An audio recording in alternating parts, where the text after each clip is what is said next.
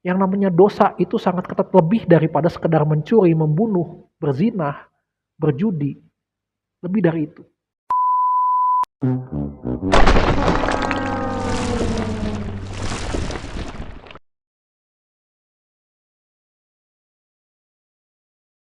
Kamu punya keraguan-raguan, disitulah kamu punya dosa. Kita nggak sadar, manusia tidak sadar dengan kebimbangan itu. Di dalam menentukan pilihan saja, kadang-kadang kita sudah ragu, bimbang.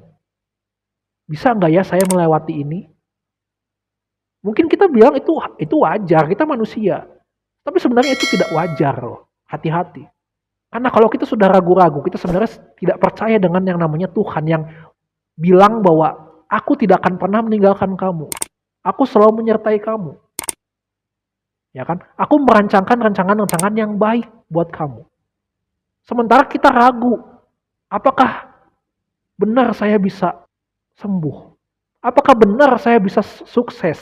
Saya bisa untung? Dunia selalu bilang, oh ya wajar lah, manusia itu kan tempatnya keraguan-raguan, tempatnya dosa. Come on, apa kamu mau selalu dikatakan seperti itu? Kamu happy, kamu dibilang wajar melakukan itu, ya kan? Dan ini sangat berbahaya, sobat semua.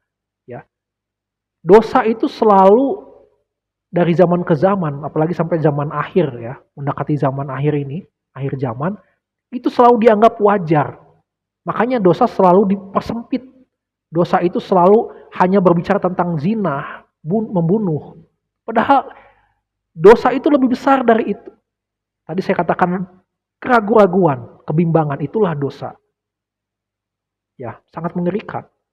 Kalau saya tidak mau ya berpuas diri dengan dikatakan, oh wajarlah manusia, silahkan saja. Kalau kamu mau setiap hari dibilang wajar, maka suatu saat kamu akan menuai kehancuran kamu. Ya, kamu tidak akan sadar, lama-lama akan terus berada dalam namanya kolam dosa itu. Bayangkanlah, kamu menjadi seorang orang tua, punya anak.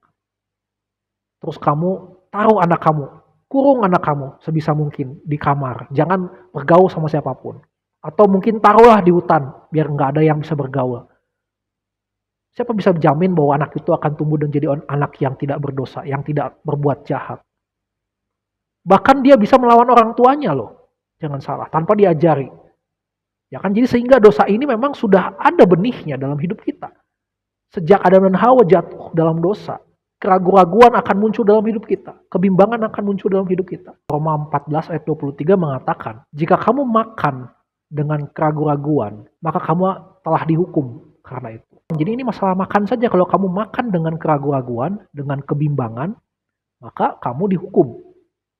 Kalau kamu makan, kamu masih mikir apakah Tuhan nanti akan menghukum saya karena saya mungkin makan makanan yang haram, yang dilarang, sementara saya hanya punya itu saja di rumah, tidak ada pilihan lain. Sementara kalau saya nggak makan itu, saya nanti mungkin bisa sakit, ya kan, bisa kelaparan, mungkin bisa jadi mati bahkan. Kamu penuh dengan pikiran-pikiran itu, maka kamu sedang dihukum karena itu. Terus dilanjutkan, ya, karena segala sesuatu yang dilakukan tanpa iman, maka itu adalah dosa. Jadi iman selalu berlawanan dengan namanya kebimbangan. Percaya atau kepercayaan itu berlawanan dengan namanya keraguan-raguan. Nah, dengan kriteria yang sangat ketat tadi, apakah ada satu manusia di planet ini, di semesta ini yang bisa lolos dari yang namanya dosa? Saya berani jamin tidak ada pasti. Sekelas nabi pun, rasul, tidak ada yang lolos dari dosa. Nah, inilah yang harus kita perlu renungkan.